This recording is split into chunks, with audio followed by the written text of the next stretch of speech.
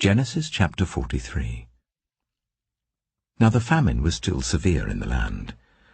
So when they had eaten all the grain they had brought from Egypt, their father said to them, "Go back and buy us a little more food." But Judah said to him, "The man warned us solemnly, 'You will not see my face again unless your brother is with you.' If you will send our brother along with us, we will go down and buy food for you. But if you will not send him, we will not go down, because the man said to us, 'You will not see my face again unless your brother is with you.'" Israel asked, "Why did you bring this trouble on me by telling the man you had another brother?" They replied, "The man questioned us closely about ourselves and our family. 'Is your father still living?' he asked us. 'Do you have another brother?' We simply answered his questions. How were we to know he would say, 'Bring your brother down here'?" Then Judah said to Israel his father, "Send the boy along with me, and we will go at once, so that we and you and our children may live and not die. I myself will guarantee his safety.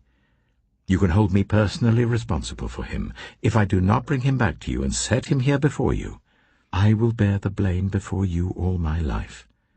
As it is, if we had not delayed, we could have gone and returned twice."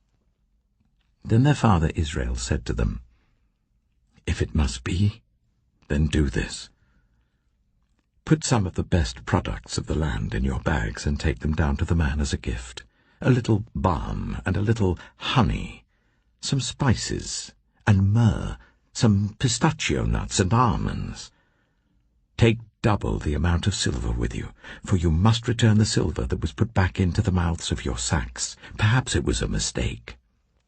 Take your brother also, and go back to the man at once. And may God Almighty grant you mercy before the man, so that he will let your other brother and Benjamin come back with you. As for me, if I am bereaved, I am bereaved." So the men took the gifts and double the amount of silver, and Benjamin also. They hurried down to Egypt and presented themselves to Joseph. When Joseph saw Benjamin with them, he said to the steward of his house, "Take these men to my house, slaughter an animal and prepare a meal. They are to eat with me at noon." The man did as Joseph told him and took the men to Joseph's house. Now the men were frightened when they were taken to his house. They thought, "We were brought here because of the silver that was put back into our sacks the first time. He wants to attack us and overpower us and seize us as slaves and take our donkeys." So they went up to Joseph's steward and spoke to him at the entrance to the house. "We beg your pardon, our lord," they said. "We came down here the first time to buy food, but at the place where we stopped for the night we opened our sacks and each of us found his silver, the exact weight, in the mouth of his sack. So we have brought it back with us. We have also brought additional silver with us to buy food. We don't know who put our silver in our sacks." "It's all right," he said. "Don't be afraid. Your God, the God of your father, has given you treasure in your sacks. I received your silver." Then he brought Simeon out to them. The steward took the men into Joseph's house, gave them water to wash their feet, and provided fodder for their donkeys. They prepared their gifts for Joseph's arrival at noon, because they had heard that they were to eat there. When Joseph came home, they presented to him the gifts they had brought into the house, and they bowed down before him to the ground. He asked them how they were, and then he said, "How is your aged father you told me about? Is he still living?"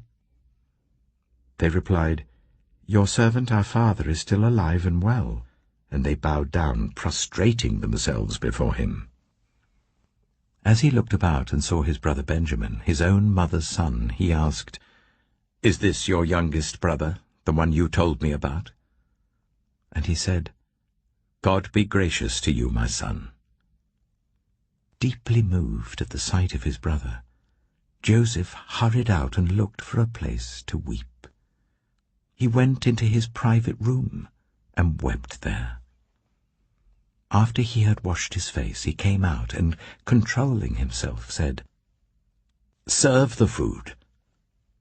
They served him by himself, the brothers by themselves, and the Egyptians who ate with him by themselves, because Egyptians could not eat with Hebrews, for that is detestable to Egyptians.